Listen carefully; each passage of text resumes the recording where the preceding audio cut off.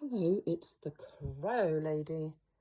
Still hot, isn't it? Anyway, today I'm just going to do a little chat about how my ex-husband's behaviour, Jambles, and that of his family have affected one of my children. I mean, he's not a child, he's an adult, he's 23 years old, and it's a Snoops edition,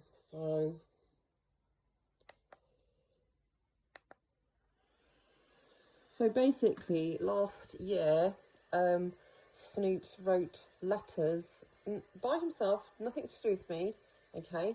But he wrote letters to his grandparents and to his father. So his father we called Jambles and his grandparents we called Pammy and Rodent.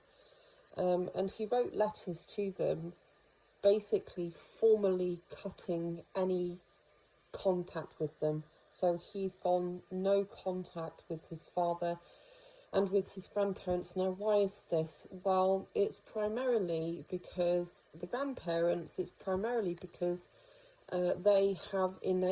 they continue to enable their son's behaviour. They don't see that anything that he has done at all to either me or his children, they don't think he's done anything wrong at all, which in some ways isn't surprising because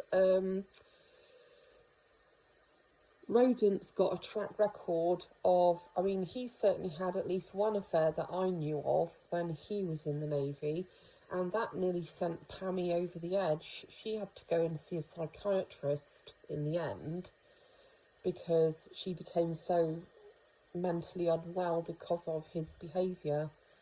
So they kind of, I guess they both think now that that's all okay, which then makes it understandable as to why they think that their son, Jambles, has done absolutely nothing wrong. Now, let's be clear, Jambles has initially, when we split up, which was in 2006, I had him taken away by the police. So initially, Jambles went from putting in a residency order, it's like a child arrangement order, it's kind of the equivalent of custody. He put in an application to have full custody of all of his children. Now, he dropped that, but in Jambles' style, he waited until the 12th hour to drop it. Now, I'd been a bit worried about the whole thing, and I know I really shouldn't have been, but I was. But anyway, he dropped that. We came up with an arrangement for him to see the children. We had it all scheduled out. It wasn't very long before he broke that, and he made it very plain that he just didn't want to see his children. And in fact, his children did want to see him, you see, especially the youngest one, because they didn't really know exactly what he was like. So I used to have to chase around after Jambles to, to sort of nail him down on dates of when he would see his children, because he'd enable them to see his grandparents as well. Sorry, not his grandparents, his parents as well, Pammy and Rodent. So there was that, but it just became increasingly difficult. And because Jambles is naturally controlling, what he'd do is he'd leave it until the very last minute, like the day before, and he'd say, send, I'll pick the children up tomorrow, and have them for a week. And he would very much dictate what he was going to do. Now, I would just go along with it because the smaller children, when they were younger, and at any rate, wanted to see him. That all changed as they grew up and they saw for themselves what an absolute Burke he was, not to mention that, but his parents. So, now, they kind of liked the grandmother better, I would say, out of the bunch. No one really likes Rodent because he's just he's very, very miserable, just not very happy, not a happy person, which often you will find with people that have got a lot of time on their hands and a lot of money, but they're also very old. It all seems a bit futile, I suppose, to them. Perhaps that's what it is, I don't know. But the straws that broke the camel's back, really, for Snoops would be when his father met someone called we call her Tupac, it's not a name. And but she's Turkish, right? And basically what Jambles did was he told Tupac's family, well, Tupac already knew that Jambles had children, but they, between the pair of them, both decided to tell Tupac's family that Jambles did not have any children. And in effect, what happened was, of course, none of his children were invited to his wedding, specifically because of that. And Tupac basically refused to meet any of his children. She's refused to meet any of our children at all, totally refused to do it. And all along, her family just believed that Jambles didn't actually have any other children. Now, Tupac and Jambles had a kid together, okay? So they firmly believe that the only child that Jambles has is the one that he has with Tupac. That they don't realise that in actual fact he's got 6 other children. So let that sink in.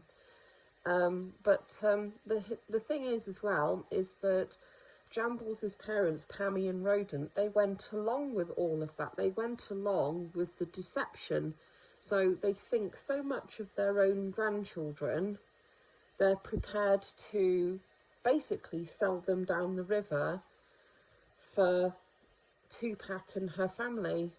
They're far more important. But this is a common thread. So anyway, as I said, Snoops wrote his grandparents and his father a letter and basically said he didn't want to see them, he didn't want to hear from them again. If they sent him anything in the post and he thought it was their handwriting, he'd just burn it, rip it up, throw it in the bin. Now, naturally, Pammy and Rodent were very, very affronted by all of this. Of course, they blamed it on me, because they don't think that age 23 you can possibly have your own mind, which is, of course, people do. So they blamed it all on me, of course. They just don't actually really see the point of it. They don't realise, they didn't take in anything that was in the letters that were written to them or to Jambles. I mean, and in some ways that wasn't the point. The point was that Snoops was able to put down on paper how he felt, what they'd done, and how they made him feel. And like I said, naturally, unsurprisingly, Pammy and Rodent and Jambles totally dismissed Snoops' feelings, because as far as they're concerned, he's just not the same as them. They're, I don't know, some kind of different breed of person. And their grandchildren are very, very much second-class citizens. My children, even though my children are the most successful out of their grandchildren, my children are just very, very much second-class citizens. They don't count. Their lives aren't the same. And actually, everything that's wrong in the world regarding them and my children and Jambles and me, it's solely all my fault. Nothing that Jambles has ever done, said, it's always someone else's fault. And in actual fact, that's the way that Jambles sees things. Jambles looks out on the world as, when things don't go right for him, it's someone else's fault. It's always someone else's fault. In other words, it's all about not taking responsibility for yourself as an adult, and he doesn't, and they don't either. But that's it, they've had it.